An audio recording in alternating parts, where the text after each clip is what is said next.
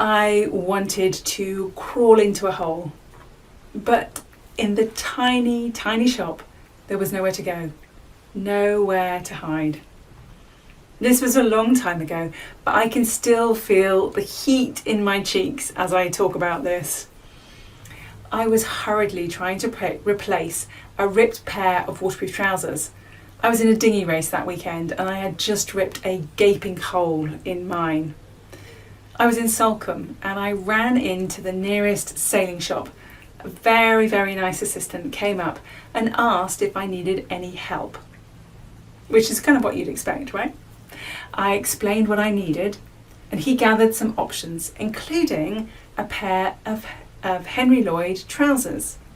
Without really looking at them at all, I handed them back and said, "Oh, I'd rather not have Henry Lloyd because they're really, with these ones, you're just really paying a premium for the name." I handed them back to him. "Oh," he said, and quietly just put them to one side. I bought my trousers, not the Henry Lloyds, and started to leave, heading back to the dinghy. "It was nice to meet you," he said, smiling really sweetly. "By the way, I forgot to introduce myself. I'm Henry Lloyd." I wanted to crawl into a hole. Beginnings are essential to creating rapport with anyone, but especially potential employers. It can be really easy to assume that your interview begins when you sit down in front of your interviewer. But who knows who you are going to bump into on the way to your interview. Every person you interact with from when you enter reception or walk through the open plan office will develop an opinion of your suitability for the role, or maybe if you fit the culture of the organisation. First impressions really do count in an interview. The primacy effect means that the interviewer will create an impression of you almost instantaneously, and that will direct the rest of the interview. Primacy effect will determine just what your interviewer will remember about your content too. You want to be friendly and professional, right? Calm and credible. Here are 3 tips for the start of your interview. Let's say hello rather than hi. Hello is a 2-syllable word even, and allows you to drop the tone on the second syllable, and that makes you sound much more credible, much more confident.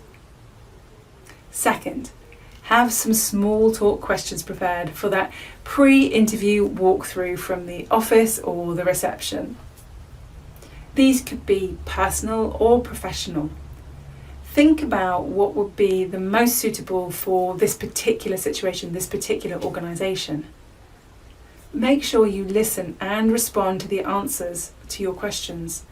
Otherwise, it can sort of feel a bit like an interrogation to the interviewer, and it makes you look more nervous than perhaps you are feeling.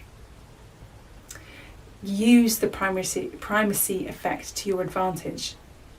It can be a good idea to have 3 key points to yourself that you would like to reiterate subtly throughout the interview, making it easier for the interviewer to remember.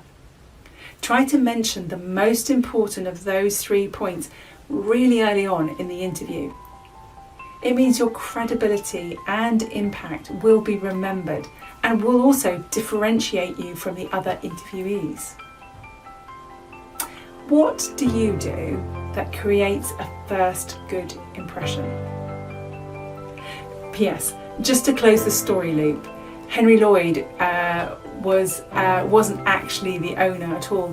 Henry Lloyd was an amalgam of the 2 people that owned that organisation. So that man was teasing me basically.